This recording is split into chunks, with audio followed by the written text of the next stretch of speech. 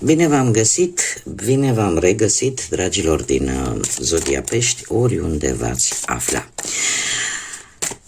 Bine ați venit tuturor pe canalul meu, Tarot Flor de Loto. Eu sunt Nina, pentru cei care nu mă cunosc și ca de fiecare dată mă bucur să vă am alături, atât pe dragii mei abonați, cum de asemenea și pe toți cei care sunteți poate noi aici pe canal. Așa că azi voi face o lectură generală pentru săptămâna 13-19 octombrie inclusiv, așa că toți cei care aveți ascendentul, luna, Venus sau oricare alt aspect astral important pentru voi din harta voastră natală și care are legătură cu Zodia Pești, această lectură este de asemenea și pentru voi. Desigur, nu uitați, este totuși o lectură generală, așa că vă rog să luați decât ceea ce rezonează cu voi, restul lăsați-le să zboare în univers, pentru că sigur sunt pentru alte energii care într-o mai mică sau mai mare măsură au o legătură cu Zodia Pești. Și haideți să vedem ce ne spune oracolul Lenormand. Care este situația importantă de știut de către voi, dragilor din Pești, în săptămâna 13-19 octombrie? Ce trebuie voi să știți în această săptămână? Ce este important de știut?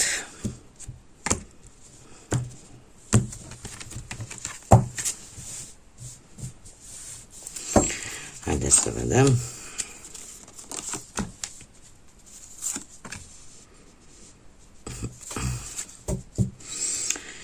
Dragii mei, dragi,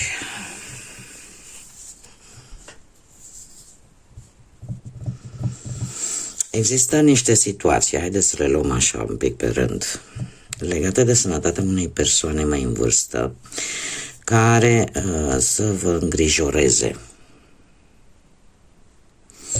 să vă aducă anumite îngrijorări sau să vă pună în situația în care efectiv să nu știți cum să procedați, ce să faceți.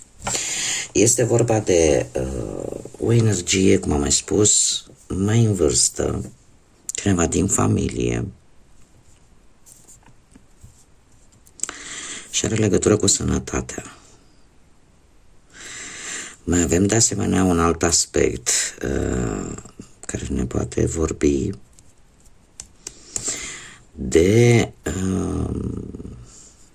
ideea pentru unii dintre voi, poate pentru a vă menaja sănătatea, de a vă gândi să renunțați poate la activitatea fizică, la muncă și poate să vă gândiți la o pensionare și asta poate să fie lucru care vă aduce și un pic de confuzie, așa că parcă nici nu știți cum să procedați mai bine.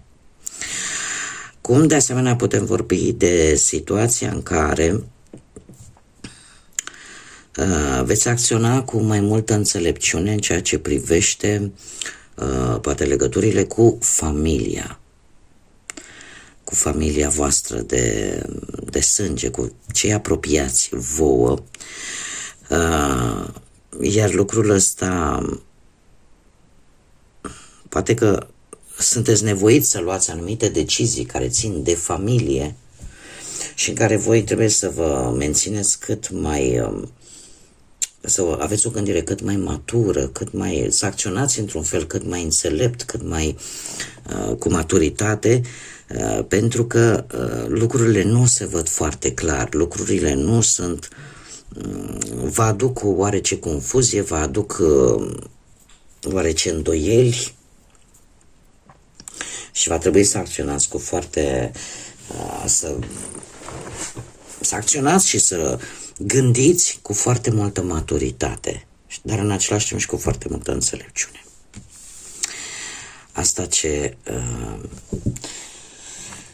mi-arată Lenormand. Acum haideți să vedem ce ne spune tarotul, ce vine pentru dragii mei din Pești în săptămâna 13-19 octombrie, atât pe plan profesional, financiar sau sentimental. Dragilor, și mai avem o variantă, mai avem să zicem așa, o situație în care voi sunteți un pic îngrijorați, aș spune, de propria voastră sănătate, de anumite lucruri care nu vă sună bine, care vă deranjează și vă creează o stare de agitație, o stare de necunoscut așa și oare ce poate să fie? Da? Începeți să vă ridice niște semne de întrebare, ceva legat ori de propria voastră sănătate, ori, cum am mai spus, de cineva din familie. Haideți să vedem totuși și ce ne spune tarotul. Pe partea profesională, niște vești care nu vă convin. Niște vești care nu prea vă convin, lucrurile se mișcă foarte rapid în ceea ce privește munca, orică vă veți obosi foarte mult, atât mental cât și fizic, vă va epuiza un pic în această săptămână activitățile care or să vi se dea sau, cum să spun eu, foarte posibil unele negocieri, unele mutări, o comunicare foarte, cum să spun, foarte rapidă și care vă obligă să depuneți mai mult efort decât în mod normal, o să vă cam epuizeze, dar ca și rezultat final, chiar dacă vă va epuiza un pic, cu acest 9 de monede, aș zice că cumva totul merge într-o direcție mai bună. Este foarte interesant pentru că și pe partea asta a muncii, mie mi-apare ideea de pensionare. Îmi apare această idee de a te pensiona. Pentru unii dintre voi, desigur, poate într-adevăr să apară ori o confirmare că e dosarul gata, da, și în sfârșit poți să ieși la pensie.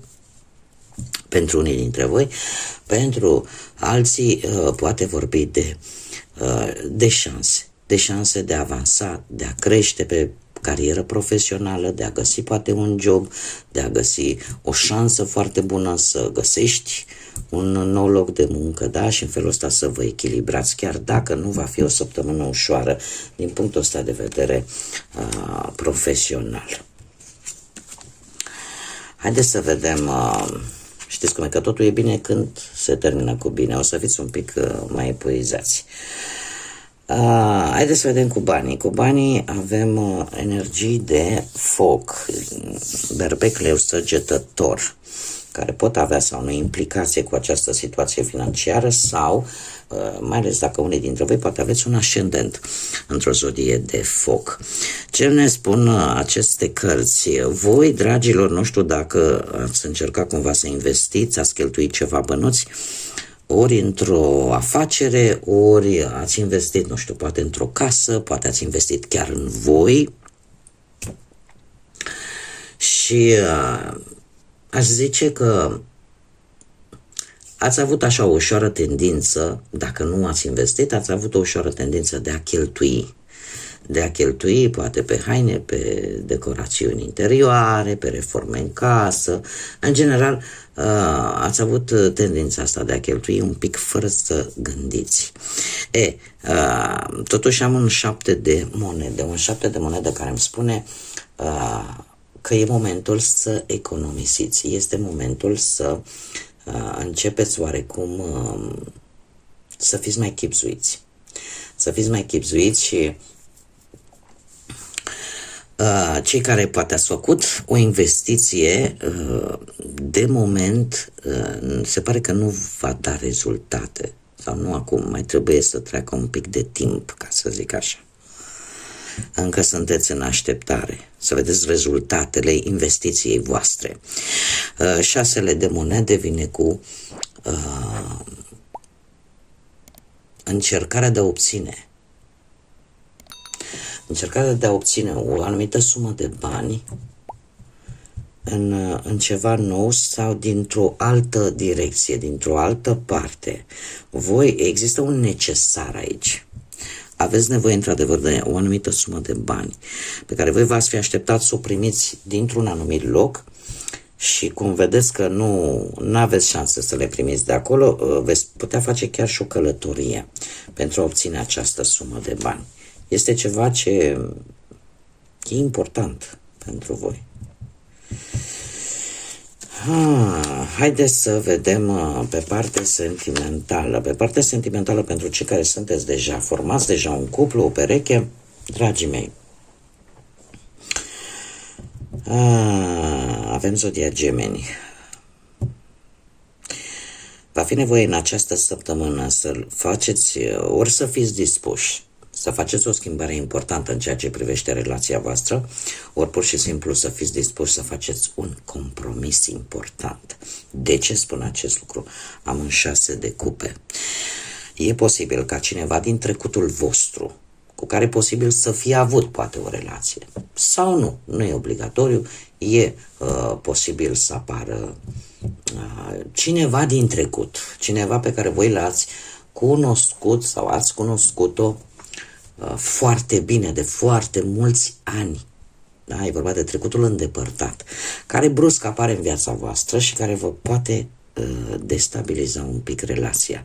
Poate aduce anumite conflicte, poate aduce anumite tensiuni în relația voastră și unde voi va trebui să vă păstrați tare mult calmul.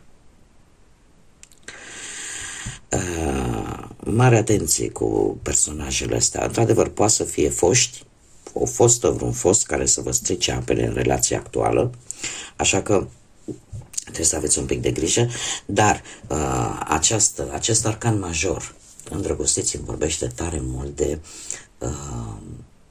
de această decizie importantă, da? Dar o decizie importantă în care implică un compromis în primul și în primul rând și implică ceea ce voi simțiți, ceea ce vă spune inima să faceți. Ceea ce vă spune inima să faceți. Și decizia asta, așa cum am mai spus, vine între două energii. Este un compromis important, este o comunicare pe care o veți avea poate cu perechea voastră și în care eu aș spune că sentimentele, cumva, afecțiunea vor avea un cuvânt important de spus. Nu știu dacă zodia Gemeni vă spune ceva sau nu, sau poate chiar voi puteți avea, nu știu, o lună, un Venus sau un ascendent în Gemeni. Mergem mai departe, cei care sunteți singurei. Cei care sunteți singurei, se pare că ieșiri așa cu prietenii, cu amicii, cu cercul vostru restrâns acolo aveți și asta, într-un fel sau altul, va face ca voi să cunoașteți pe cineva. Să cunoașteți pe cineva cu care vă veți face foarte mari iluzii. Foarte mari iluzii și pur și simplu veți simți ca o dragoste la prima vedere, zice. Veți fi foarte așa cu căpușorul în nori, așa și... cum să spun eu? Această opțiune romantică vă va transpune într-o lume ușor visătoare, așa, să visați cu ochii deschiși. Ce pot eu să vă spun? Că avem un as de cupe, deci se preconizează începerea unei relații, un nou început pe partea asta sentimentală, ceva foarte intens, care va avea loc către sfârșitul acestei săptămâni. Asta spun cărțile. Haideți să vedem și ce mesaj important am pentru voi, dragilor din Pești. Un mesaj important pentru dragii mei din Pești în săptămâna 13-19 octombrie.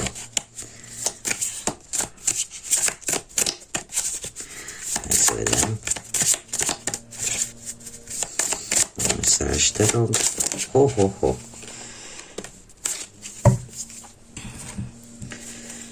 Și avem două. Deci, avem așa, nodul sud, în care ți se spune foarte clar, nu lăsa ca trecutul să te blocheze. Și am văzut, da, mai ales pe partea asta sentimentală, că avem pe cineva din trecut care e posibil să să vă cauzeze niște neplăceri. Deci nu lăsa trecutul, nu repeta greșelile trecutului, de fapt, mai ales că avem și nodul sud. De asemenea, mai avem și anumite ajustări, anumite lucruri care trebuie schimbate, care chiar sunt necesare a fi schimbate, și avem al treilea pătrar de lună care cumva cere acest lucru. Foarte curios, nu avem zodii, da? De obicei acest oracol al fazelor lunare vine cu zodii, da? Luna plină în cutare zodie. La voi nu. La voi se pune strict accentul nu repeta greșelile trecutului și sunt anumite lucruri la care trebuie să lucrezi, sunt anumite lucruri la care tu trebuie să schimbi ceva. E chiar necesar să o faci. Bun, dragilor, cam atât am avut pentru voi, pentru această săptămână. Eu vă mulțumesc pentru prezență, vă mulțumesc pentru like-uri, comentariile frumoase, pentru distribuiri, sunteți minunați și, desigur, îndemn pe toți cei care încă nu v-ați abonat, dacă ați rezonat, dacă v-a plăcut și vreți să mai vedeți lecturi de acest gen, abonați-vă, este gratuit. Puteți de asemenea și activa clopoțelul, e un clopoțel acolo, nu costă absolut nimica.